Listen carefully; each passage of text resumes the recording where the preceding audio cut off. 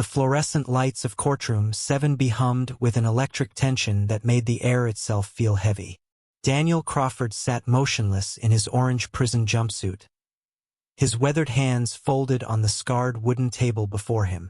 At 58 years old, he looked a decade older, gray hair thinning, shoulders slumped under the weight of accusations that had stolen 2 years of his life. Has the jury reached a verdict?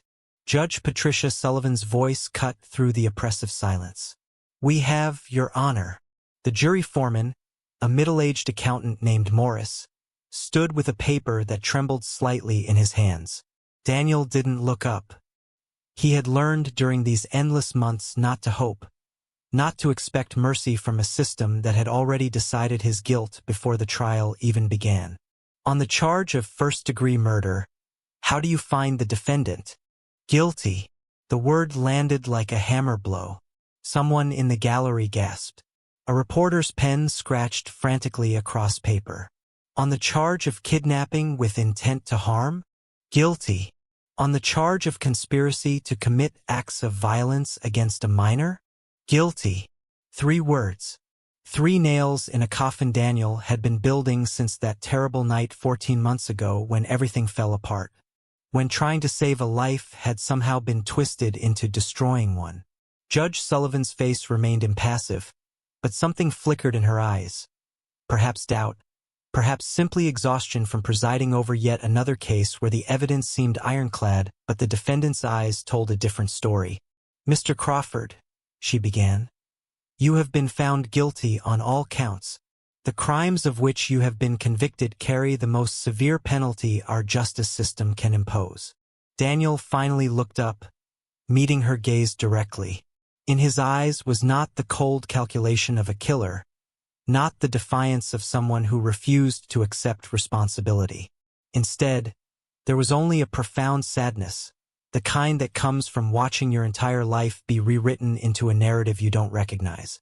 Given the severity and premeditated nature of these crimes, I hereby sentence you to death by lethal injection. The execution will be carried out 60 days from today at sunrise. The courtroom erupted. Protesters outside, who had been holding vigil throughout the trial, began chanting. Media members rushed for the exits, eager to be first with the breaking news. Daniel's court-appointed attorney, a young woman named Jennifer Park who had tried her best with impossible odds, dropped her head into her hands. But Daniel barely heard any of it. His mind had already drifted back to that night, to the choice he had made, to the moment when doing the right thing became the worst decision of his life. 14 months earlier, December 19th had been one of those bitter winter nights where the cold doesn't just chill your skin. It penetrates your bones and makes you question every decision that led you to be outside in it. Daniel was walking home from his shift at Thompson's Auto Repair, where he had worked for the past 5 years after his life had fallen apart. The divorce, the drinking, the loss of his contracting business. All of it had led him to this moment, trudging through frozen streets at 11:30 at night because his car had died and he couldn't afford to fix it. The neighborhood was rough. Abandoned warehouses, empty lots filled with debris, streets where working people hurried past without making eye contact. Daniel knew these streets well. He had been living in a basement apartment 3 blocks from the repair shop, counting pennies and trying to rebuild some semblance of a life. That's when he heard it. At first, it was just a sound that didn't belong, a muffled cry that cut through the wind. Daniel paused, his breath forming clouds in the freezing air. He was tired, cold, and every instinct told him to keep walking. This neighborhood at night was no place for heroes. But the sound came again. A child's voice, terrified and desperate. Help! Somebody help me! Daniel's feet were moving before his brain caught up. He followed the sound to an alley between 2 abandoned buildings, his phone's flashlight cutting through the darkness. What he saw made his blood run cold. A man, later identified as Victor Reeves, had a young girl pinned against a wall. The child, maybe 11 or 12 years old, was crying, her school backpack dropped on the ground beside her. Reeves had one hand over her mouth, the other reaching for something in his jacket. "Hey!" Daniel shouted without thinking. "Get away from her!" Reeves spun around, his eyes wild. For a split second, everything froze. The predator caught in the act, the terrified child, and Daniel Crawford, an ordinary man thrust into an extraordinary moment. "Mind your own business, old man," Reeves snarled, but his grip on the girl loosened slightly. "Let her go. Now." Daniel's voice was steadier than his hands, which were shaking from adrenaline. What happened next occurred in a blur that Daniel would replay 1,000 times in the months to come, each viewing more nightmarish than the last. Reeves shoved the girl aside and lunged at Daniel with a knife. Daniel, whose reflexes had been honed by years of construction work and street fights in his troubled youth, grabbed a piece of broken pipe from the ground and swung defensively. They struggled violently in the confined space of the alley. The girl scrambled backward, screaming.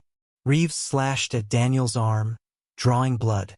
Daniel swung the pipe again, connecting with Reeves' shoulder, sending him stumbling backward into a pile of debris. Then Reeves fell. In the chaos, he tripped over discarded construction materials, and his head struck the concrete edge of a loading dock with a sickening crack that Daniel would hear in his nightmares forever. Reeves didn't get up. Daniel dropped the pipe, his hands trembling as he rushed to the girl. "Are you okay? Did he hurt you?" The child was in shock, tears streaming down her face, unable to form words. Daniel pulled out his phone to call 911. His thumb shaking so badly it took 3 tries to dial. 911, "What's your emergency?" "I'm in the alley behind 4th and Morrison. There's been an attack. A man tried to hurt a little girl. He's unconscious. We need police and an ambulance." "Is anyone injured?" Daniel looked at Reeves' motionless form, at the dark pool forming beneath his head. "I think it's bad. Please hurry." What Daniel didn't know, what he couldn't have known, was that Victor Reeves wasn't just a random predator. He was the nephew of Councilman Richard Reeves, a powerful figure in the city's political machine. And more importantly, Reeves had been under investigation by the FBI for his connection to a trafficking ring that had been operating across 3 states. If stories like this still mean something to you, don't just scroll. Subscribe and stay for the next one. When police arrived, they found Daniel standing over Reeves' body, pipe in hand, blood on his clothes. They found the terrified girl, too traumatized to give a coherent statement. And they found Reeves dead from blunt force trauma. From the outside, it looked damning. Detective Marcus Rivera had seen a lot in his 23 years on the force, but something about the Daniel Crawford case bothered him from the start. The evidence seemed too neat, the narrative too convenient. "Guy stumbles on an attack in progress," Rivera said to his partner, Detective Sarah Chun, as they reviewed the case file in their cramped office. "Defends the kid. Attacker dies. Should be straightforward self-defense, right?" Chun nodded slowly, but her expression was troubled. "Except Crawford has a history. Bar fights, assault charges from his 20s. And he fits the profile. Financially struggling, living alone, works in a neighborhood known for crime." "So does half the city," Rivera countered. "But half the city didn't kill Victor Reeves. That was the problem. Victor Reeves might have been a predator, but he was also connected. His uncle, Councilman Richard Reeves, had immediately hired the most expensive lawyers in the state and began applying pressure. The media picked up the story, and suddenly Daniel Crawford wasn't a man who saved a child. He was a violent ex-con who had brutally murdered a man during a robbery attempt. The prosecution's theory was devastating in its simplicity. Daniel Crawford had been attempting to rob Victor Reeves when the attack went wrong. Reeves had tried to fight back, and Crawford killed him. The girl was simply a witness Crawford had used to construct a defense. Never mind that the girl had scratches on her arms consistent with being grabbed forcefully. Never mind that Reeves had been known to frequent areas where children walked home from school. Never mind that a search of Reeves' phone revealed disturbing searches and conversations that suggested predatory behavior. The narrative had been set. The wealthy, connected victim, The poor, violent attacker. Justice demanded a reckoning. Daniel's court-appointed attorney, Jennifer Park, tried her best. Fresh out of law school and overwhelmed by her first major case, she attempted to present the evidence that supported Daniel's version of events. But she was outmatched by the prosecution's resources and the political pressure bearing down on the case. The trial lasted 3 weeks. The prosecution painted Daniel as a violent man with a troubled past who had killed during a robbery gone wrong. They highlighted his previous arrests, his financial troubles, his isolated lifestyle. They suggested he had targeted Reeves specifically because of his wealth and position. The defense tried to show that Reeves was the real predator, that Daniel had simply intervened to save a child. But without expert witnesses, without resources to conduct independent investigations, Jennifer's arguments fell flat. The girl, Melissa Thompson, took the stand. At 12 years old, she was terrified, traumatized, and confused. Under aggressive cross-examination by the prosecution, her testimony became muddled. She couldn't remember exact details. She couldn't definitively say whether Daniel had saved her or whether he had been fighting with Reeves over something else. A traumatized child's uncertain testimony against the word of a dead man from a powerful family.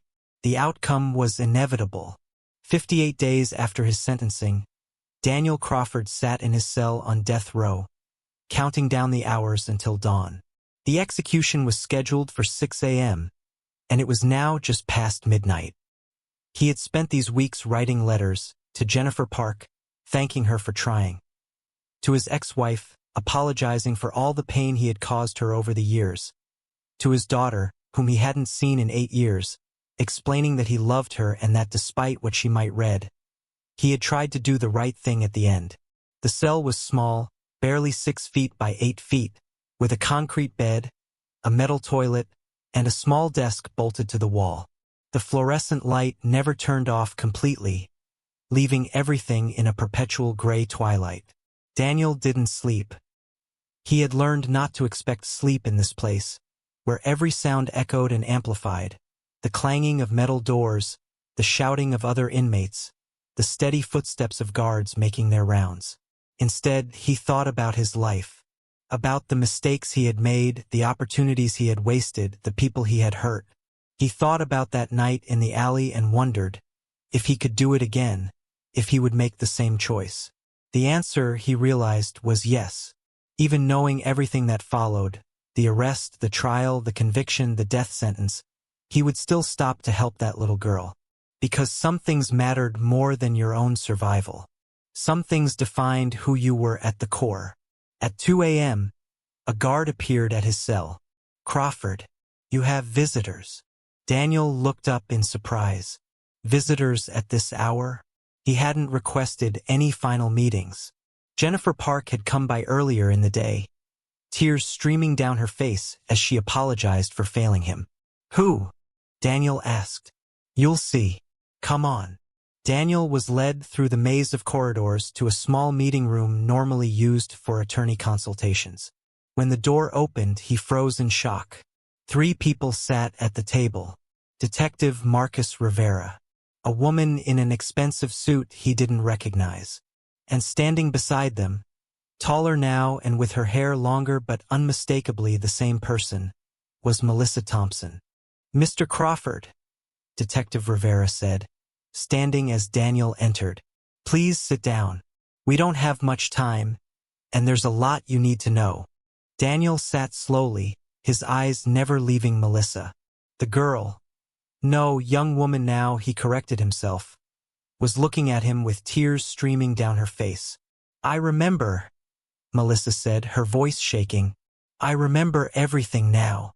The woman in the expensive suit leaned forward. "Mr. Crawford, my name is Dr. Helena Martinez. I'm a psychiatrist specializing in trauma and memory. Melissa has been my patient for the past year, working through the events of that night." "I don't understand," Daniel said, his voice hoarse. Dr. Martinez explained. After the trial, Melissa's family had moved away, trying to escape the media attention and help their daughter heal. But Melissa had been plagued by nightmares, by fragments of memory that didn't align with what she had been told happened. In therapy, using techniques to help trauma survivors recover blocked memories, the truth had slowly emerged. Melissa now remembered, with vivid clarity, exactly what had happened that night. "You saved me," Melissa said, looking directly at Daniel. "That man, Victor Reeves, he grabbed me when I was walking home from my friend's house. He said he was lost and needed directions, and when I stopped to help, he grabbed me and pulled me into the alley." Her voice was stronger now, more certain. "He had a knife. He was saying terrible things about what he was going to do. I was so scared I could barely breathe. And then you showed up. You yelled at him to let me go," Melissa continued. "He attacked you with the knife and you defended yourself. You saved my life, Mr. Crawford. And I'm so sorry it took me this long to remember. I'm so sorry they put you here because I couldn't tell them the truth." Daniel felt tears streaming down his face. "It's not your fault. You were a child. You were traumatized." Detective Rivera cleared his throat. "There's more. Over the past 6 months, the FBI investigation into Victor Reeves bore fruit. They discovered he was part of a trafficking network operating across multiple states. He had been under surveillance for weeks before that night." Rivera slid a folder across the table. "Reeves had attacked at least 3 other girls in similar circumstances over the previous 2 years. 2 of them didn't survive. The 3rd was found but was so traumatized she couldn't identify her attacker. You stopped him, Crawford. You stopped a predator who had been destroying lives." The woman in the expensive suit. Daniel now noticed she was wearing a badge identifying her as Assistant District Attorney. Spoke up. "Mr. Crawford, we've spent the last 48 hours filing emergency motions with every judge we can reach. The evidence is overwhelming. You acted in defense of a child against a known predator. Your conviction was a miscarriage of justice influenced by political pressure and inadequate legal representation. But the execution is in 4 hours, Daniel said, unable to process what he was hearing. "Which is why we're here," Rivera said. "Judge Sullivan has agreed to hear an emergency appeal at 4 a.m., 2 hours from now. We have new evidence, Melissa's recovered testimony, the FBI's findings on Reeves' criminal activities, and statements from the other victims' families supporting your actions." Dr. Martinez added, "I'm prepared to testify about Melissa's recovered memories and the validity of trauma-based memory recovery. This isn't false memory syndrome. This is a traumatized child who finally processed what happened to her." Daniel looked at each of them in turn, unable to form words. After months of hopelessness, of resignation to his fate, here was possibility. Here was justice arriving at the last possible moment. "Why?" he finally managed. "Why now? Why fight for me?" Rivera's expression hardened. "Because I never bought the prosecution's story. I've been investigating on my own time, following leads that didn't fit the narrative. When Melissa's doctor reached out to me 3 days ago, everything clicked into place. And because," Melissa said softly, "you deserve someone fighting for you the way you fought for me. You risked your life for a stranger. The least I can do is tell the truth." At 3:45 a.m., Daniel was brought into the same courthouse where he had been sentenced, but this time everything was different. Instead of the packed gallery and media circus, the building was nearly empty except for a handful of essential personnel and the people fighting for his life. Judge Patricia Sullivan looked exhausted as she took the bench. "This is highly irregular," she said. "But given the circumstances and the evidence presented, I've agreed to this emergency hearing. Make it quick." The assistant district attorney presented the case methodically. She showed evidence of Reeves' criminal history, the FBI investigation, statements from other victims' families. She presented Dr. Martinez's expert testimony about Melissa's recovered memories and the science supporting their validity. Most powerfully, Melissa testified again. But this time, without the trauma of the trial, without aggressive cross-examination designed to confuse her, she was clear and unshakable. "Victor Reeves attacked me," she said. He was going to hurt me or kill me. Mr. Crawford stopped him. Everything that happened after that, the trial, the conviction, was wrong. He's innocent. The original prosecutor, looking uncomfortable and defeated, offered only token resistance. The political pressure that had driven the original conviction had evaporated once the full extent of Reeves' crimes became public. Councilman Reeves himself had resigned in disgrace, and no one wanted to defend the legacy of a predator. At 5:23 a.m., 37 minutes before Daniel's scheduled execution, Judge Sullivan delivered her ruling. I have reviewed the evidence presented, and I find it compelling and credible. Mr. Crawford, your original conviction was based on incomplete information and influenced by factors that should never have entered a courtroom. The evidence now clearly shows you acted in defense of a child against a dangerous predator. She paused, looking directly at Daniel. Your conviction is hereby overturned. All charges are dismissed. Mr. Crawford, you are free to go. The small group in the courtroom erupted in quiet celebration. No cameras, no media circus, just a handful of people who had worked through the night to stop an execution. Daniel stood on shaking legs, unable to fully process what had just happened. He was supposed to die in less than 40 minutes. Instead, he was free. The sun was rising as Daniel walked out of the courthouse, a free man for the first time in 14 months. Detective Rivera had arranged for him to avoid the media, at least temporarily, and drove him to a safe house where he could process everything that had happened. Melissa and her family were there, waiting. When Daniel entered, Melissa rushed forward and hugged him tightly. "Thank you," she whispered. "Thank you for saving me. Thank you for being brave when I couldn't be." Daniel hugged her back. This young woman who had been through so much, who had fought through her trauma to save him in return. "You were always brave," he said. "You survived. That takes more courage than anything I did." Over the following days, the full story emerged. The media, which had been so quick to convict Daniel in the court of public opinion, now scrambled to tell the story of the wrongful conviction, the last-minute reprieve, the hero who had been punished for doing the right thing. But Daniel found he didn't care about public opinion anymore. He had learned that justice and truth could be two very different things, and that sometimes survival meant accepting that not everyone would understand or believe you.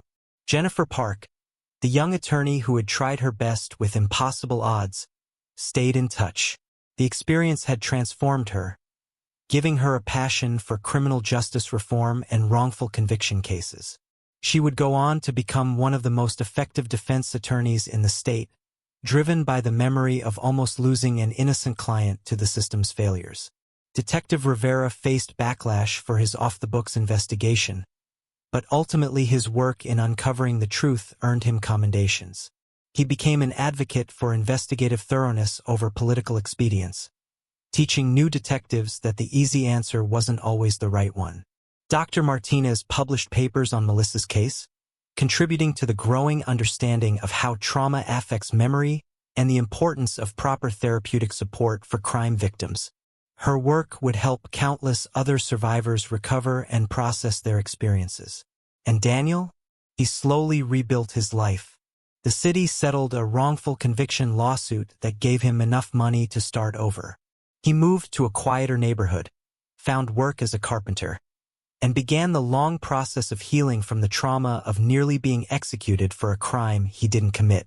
His daughter, Rachel, reached out after seeing the news coverage. Their relationship had been fractured by years of Daniel's mistakes, but the ordeal had put things in perspective for both of them. They began meeting for coffee, slowly rebuilding the connection that had been lost.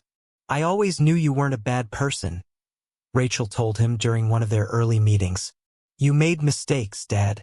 You hurt people, but you were never capable of what they accused you of." Daniel cherished those words more than any official exoneration. Family forgiveness meant more than any court ruling. Exactly 1 year after his release, Daniel stood in front of a community center in the same neighborhood where everything had happened. The building had been an abandoned warehouse that he and a team of volunteers had spent months renovating. Today was the grand opening of the Second Chances Community Center, a place dedicated to helping at-risk youth, supporting crime victims, and providing resources for people trying to rebuild their lives after the justice system had failed them. Melissa was there, now a confident 15-year-old who volunteered at the center weekly. Detective Rivera served on the board of directors. Jennifer Park handled all the legal work pro bono.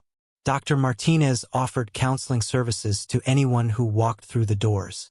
When I was sitting in that cell, Daniel said during his speech at the opening ceremony, counting down the minutes until they were going to kill me for a crime I didn't commit, I made a promise to myself. If I somehow survived, if justice somehow prevailed, I would dedicate the rest of my life to making sure others didn't have to suffer the same injustice. He looked around at the crowd, former inmates seeking second chances, children from the neighborhood looking for safe spaces, families supporting loved ones who had been wrongly accused, people who had simply come to believe in the possibility of redemption. This center stands for the belief that every person deserves a chance. That one mistake, one terrible night, one misunderstanding shouldn't define your entire existence. That the truth, no matter how long it takes to emerge, always matters. Melissa stepped forward to cut the ribbon, and the crowd erupted in applause. As people flooded into the center to explore the various programs and services, Daniel felt something he hadn't experienced in years: peace. That night, as he drove home past the alley where everything had changed, Daniel paused. He got out of his car and stood at the entrance to that dark space, remembering the terror and confusion of that December night. A young girl walked past with her parents, laughing at something her father said. She was safe, surrounded by people who loved her, living a normal life. Like Melissa, who was thriving now, pursuing her dreams of becoming a social worker. Daniel had saved one girl that night in the alley. That act of courage had nearly cost him everything. But it had also set in motion a chain of events that would help countless others.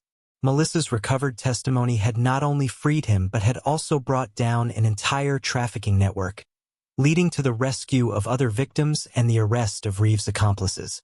Sometimes doing the right thing costs more than you ever imagined paying. But the alternative, walking away, staying silent, letting injustice happen because it's safer, that cost is even higher.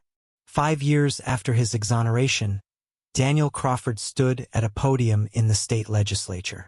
At 63, his hair was fully gray now, but his eyes held a clarity and purpose they had lacked in his younger years. He was testifying in support of the Crawford-Thompson Justice Reform Act, named after him and Melissa. The legislation would require independent review of all death penalty cases, mandate trauma-informed interviewing techniques for child witnesses, and create oversight boards to prevent political influence in criminal prosecutions. Beside him sat Melissa Thompson, now a college sophomore majoring in social work. She had become a powerful advocate for victims' rights and justice reform, speaking at universities and conferences about her experience. Change doesn't happen because the system suddenly decides to fix itself, Daniel said to the assembled legislators. It happens because people refuse to accept injustice, even when fighting it seems impossible. The bill passed unanimously. It wouldn't fix everything, wouldn't prevent all wrongful convictions, wouldn't eliminate all the ways the justice system could fail. But it was a step, a meaningful reform born from tragedy and perseverance. That evening, Daniel sat in his modest apartment, looking at the photos on his wall. Rachel, his daughter, with her husband and their new baby. Melissa at her high school graduation. The Second Chances Community Center, now expanded to 3 locations across the city. Detective Rivera receiving a promotion. Jennifer Park winning a prestigious legal award.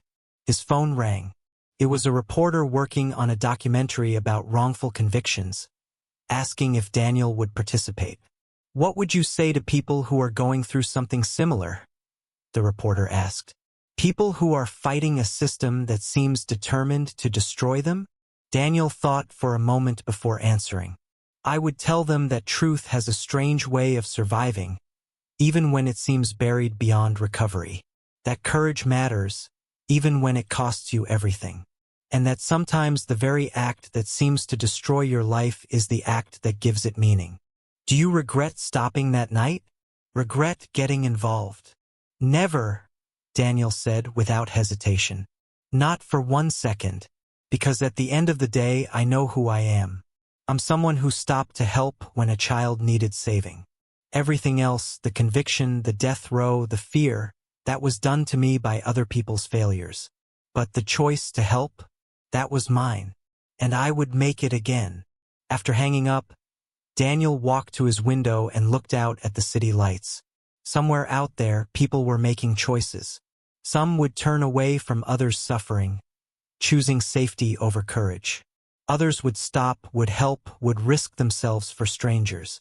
Daniel Crawford had learned that those choices defined us more than anything else. That true character emerged not in comfort but in crisis, not in certainty but in those terrible moments when doing the right thing carried the highest cost. He had paid that cost and survived. And in surviving, he had discovered that life's deepest meaning came not from what we achieved for ourselves but from what we risked for others. The execution that never happened had given him a second life. And this time he knew exactly what to do with it. Help others, tell the truth, fight for justice, and never, ever walk past someone who needs saving. Because in the end, that's what it means to be truly alive. Sometimes the choice that nearly destroys you is the choice that ultimately saves you. Sometimes justice arrives at the last possible moment. And sometimes the life you save ends up saving you right back. This is the power of courage. This is the reality of justice delayed. This is proof that no act of bravery, no matter how costly, is ever truly wasted. Daniel Crawford's story reminds us that the system isn't perfect, that innocent people suffer, that truth can be buried under politics and power. But it also reminds us that courage matters, that people who refuse to give up can change the world, and that the choices we make in our darkest moments define who we really are. What choice will you make when the moment comes?